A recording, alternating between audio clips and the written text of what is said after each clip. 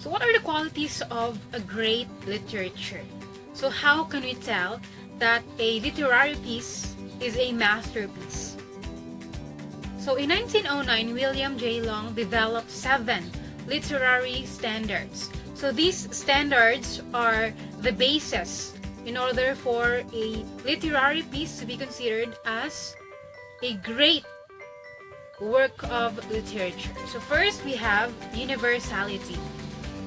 So when we speak about universality, it means universality of the idea, the theme that was used in a particular literary piece.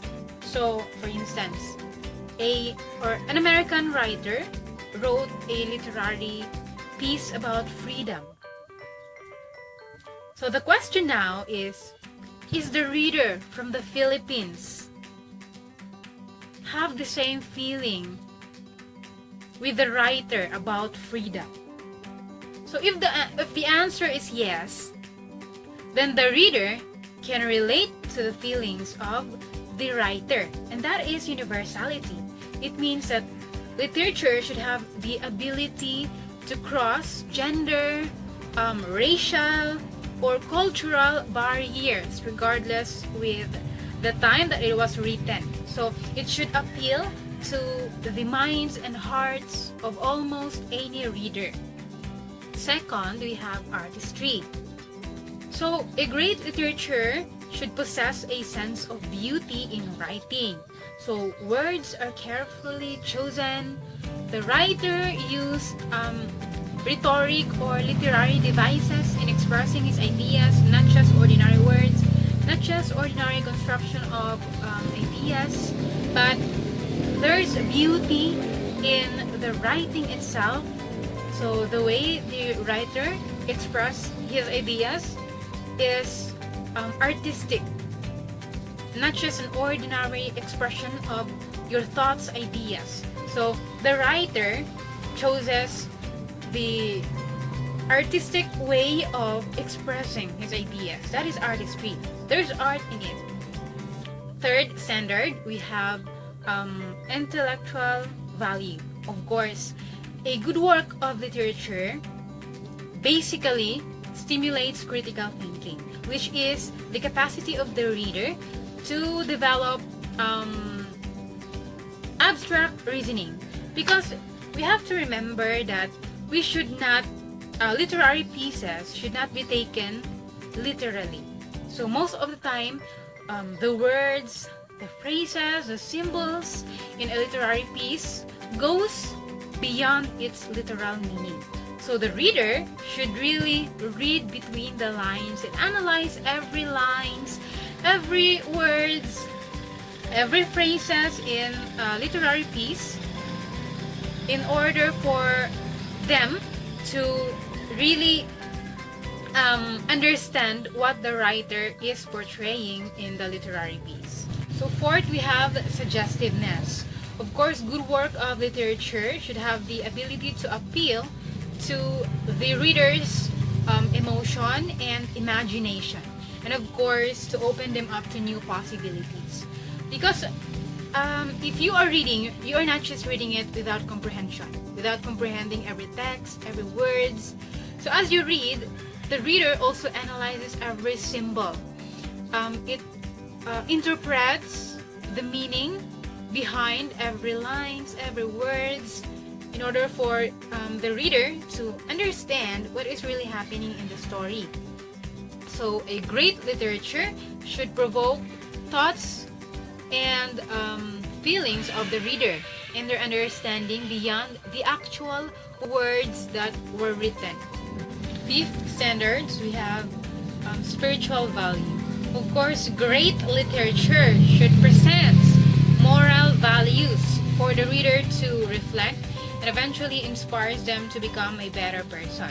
So after reading the particular work of art, there is what we call moral lessons of poem, perhaps, or story. So great literature should elevate the spirit of the reader by bringing out moral lesson of a person, or moral value rather of a person or situation in a literary piece. So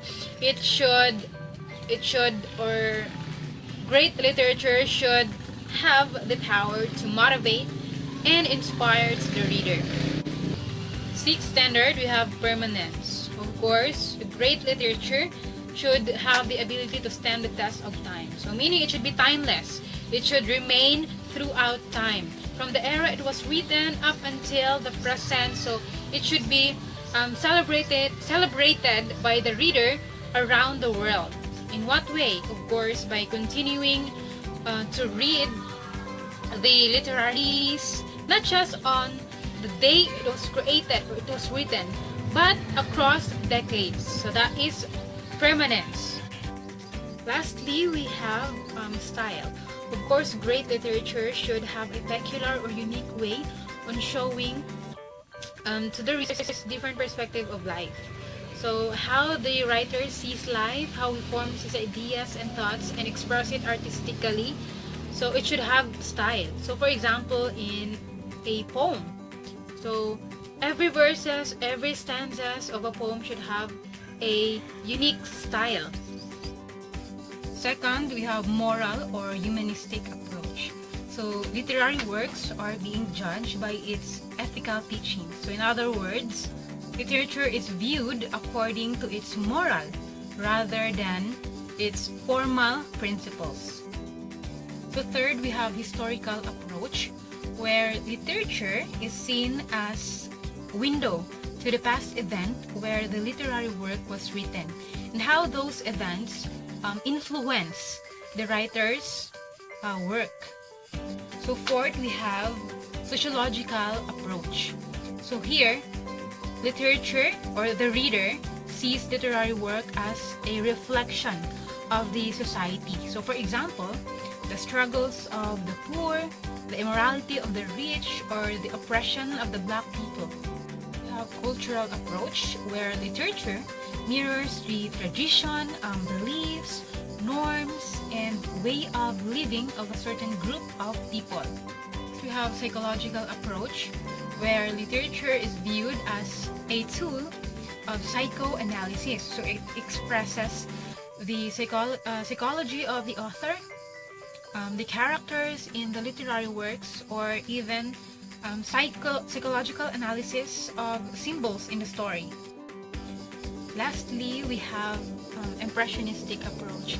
So this approach seeks to understand how literary piece affect the readers. So what is impression of the reader from what he has read? So how does the reader respond to the literary work